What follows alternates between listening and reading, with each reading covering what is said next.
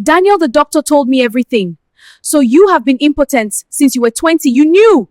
You knew. And you let me suffer for 10 years. The insult in the market. The shame in the market. Your mother calling me a witch and trying to chase me out. You watched everything and said nothing. Once upon a time in a small town in Nigeria, there lived a beautiful woman named Lucy. Lucy had a bright smile and a happy soul. She loved to sing softly while cooking, laugh with her friends, and help people in the church. 10 years ago, she married Daniel, a quiet and respected man who worked in a bank. At first, their marriage was sweet. They lived in a simple house with a small garden. Every morning, Lucy woke up early, swept the compound, made hot pap and akara for Daniel, and prayed together with him. Daniel would kiss her forehead and go to work. In the evening, Lucy would wait for him at the door with a warm meal of rice and stew. They talked about their day and dreamed about the future. But as years passed, no child came. 1 year, 2 years, 5 years, 10 years. The troubles started slowly, unlike rain that begins with small drops. In the market, women who sold vegetables and fish would look at Lucy and whisper loudly, "See this fine girl. Married 10 years, stomach still flat like a young girl. Wetin she dey do?" Some would laugh and say, "Maybe she no sabi how to open her womb." Lucy would pretend she did not hear, but her heart would beat fast with pain. She would quickly buy her tomatoes, onions, and pepper and hurry home with tears hiding in her eyes. At church, it was worse. During women's fellowship, the pastor's wife would pray long prayers for those trusting God for the fruit of the womb. Everyone would turn and look at Lucy. After service, some women would pat her shoulder and say, "My sister, you need to fast more. Maybe there is a spirit in your father's house." Others would gossip outside. Her own is different. 10 years. Maybe Daniel is wasting his time with her. Even men in the church would shake their heads and say, "Poor Daniel. He's a good man. He deserves many sons." Lucy suffered in silence. She stopped wearing bright colors because people said a barren woman should not shine. She wore only dull wrappers and covered her head low. At home, Daniel became cold. He no longer kissed her forehead.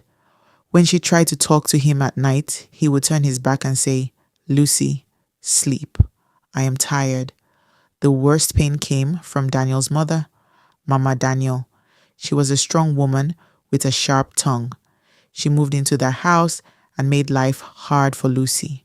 Every morning, Mama Daniel would sit in the parlor and shout, "Lucy, where's my hot water for bathing? You are useless. 10 years in my son's house and no child. You're just eating my son's food for nothing." She told stories to visitors. "This girl is lazy. She does not know how to keep a man. In my own time, I gave my husband 6 children in 6 years. But this one, maybe she's a witch. Or maybe she used juju to trap my son." Mama Daniel even brought different pastors to the house. They would pray loud prayers and pour oil on Lucy's head while shouting, "Every spirit of barrenness, come out." Lucy would cry quietly after they left. One day, Mama Daniel brought a young girl from the village and said to Daniel, "My son, this girl is fertile. She will give you children. Send Lucy away. She's blocking your blessing." Lucy heard everything from the kitchen. Her hands shook as she cut the vegetables. That night, she begged Daniel, "Please, my husband, tell your mother to stop. I'm trying my best." Daniel only sighed and said, "My mother is right. Maybe you should go back to your father's house for some time." Lucy felt like her heart was breaking into small pieces. She was no longer the happy soul who sang while cooking. Her eyes became sad and red from many hidden tears. She decided to visit the family doctor secretly. Dr. Okoro had known Daniel since he was a young man. When Lucy sat in his office and told him everything, the doctor looked very sad. He closed the door and spoke in a low voice.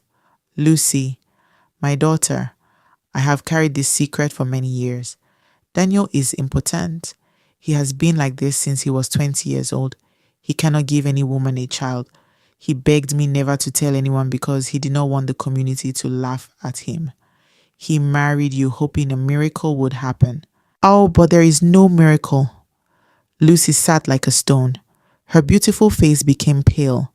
She could not speak for a long time. Tears rolled down her cheeks like rain. When she reached home, she waited for Daniel to return from work. That evening, the house was quiet. No smell of food, no soft singing. As Daniel entered, Lucy stood up. Her voice was shaking but strong. Daniel, the doctor told me Daniel, everything. The doctor So you told have me been everything. impotent since you were You 20. have been You knew. impotent since you were You 20. knew. You knew. And you let You me suffer knew. for 10 years. And you let me suffer The for 10 insult years. in the market. The insult shame in the market. The Your shame mother in calling church. me a witch and trying to Your chase mother me calling out. me a You witch watched and trying to everything chase and me said out. nothing. You watched everything and said nothing. Why? Why did you do this to me? Daniel's face became like ash. He could not look at her. He sat down heavily and covered his face with his hands. I was ashamed, Lucy. I did not want people to know. I thought, maybe God will change it. Lucy cried bitterly. You broke me, Daniel. I was a happy soul when I married you. Now look at me. I am empty inside. That night, Lucy packed her few clothes, her Bible, and the small money she had saved from selling hair attachments. She left the house before sunrise. Mama Daniel stood at the door and shouted, It is good Go! you decided to leave. Good riddance. My son will now My marry son a will real marry a woman who real can give him woman children. now. Go back Lucy to your father's walked house. to the motor park with a heavy heart. She took a bus back to her village. Life was hard. She stayed with her mother and started a small provision shop. She cried many nights, asking God why. 3 years passed. Lucy slowly started to smile again. She joined a new church where people did not know her story. She made new friends. One day, a kind man named Chinedu came to her shop. He was a teacher, gentle and God-fearing. They talked, they laughed. He did not care about her past. He loved her happy soul that was slowly returning. They got married in a simple ceremony. Chinedu treated her with love every day. He helped her in the shop, cooked with her sometimes, and prayed with her every morning. 1 year after their wedding, Lucy became pregnant. The day she gave birth, the whole village rejoiced. Lucy had twins, a boy and a girl. Beautiful, healthy babies. She named the boy Daniel, not to remember the pain, but to show she had forgiven. She named the girl Grace. Every morning now, Lucy wakes up with joy. She sings again while bathing her twins. She cooks yam and egg for Chinedu with a big smile. The babies laugh and kick their small legs. Chinedu carries them proudly and says, see what God has done for us. Sometimes, when Lucy remembers the 10 hard years, tears still come to her eyes. But she wipes them and looks at her twins. She says softly, God is faithful. He turned my shame into double blessing. In the market now, women greet her with respect. Mama twins. How are the children? In church, they call her to testify about God's goodness. Lucy is beautiful again, inside and out. Her soul is happy once more. She walks with her head high, holding the hands of her husband and her 2 miracles. And that is how Lucy's story changed from pain to joy, from barrenness to double blessing, from darkness to light.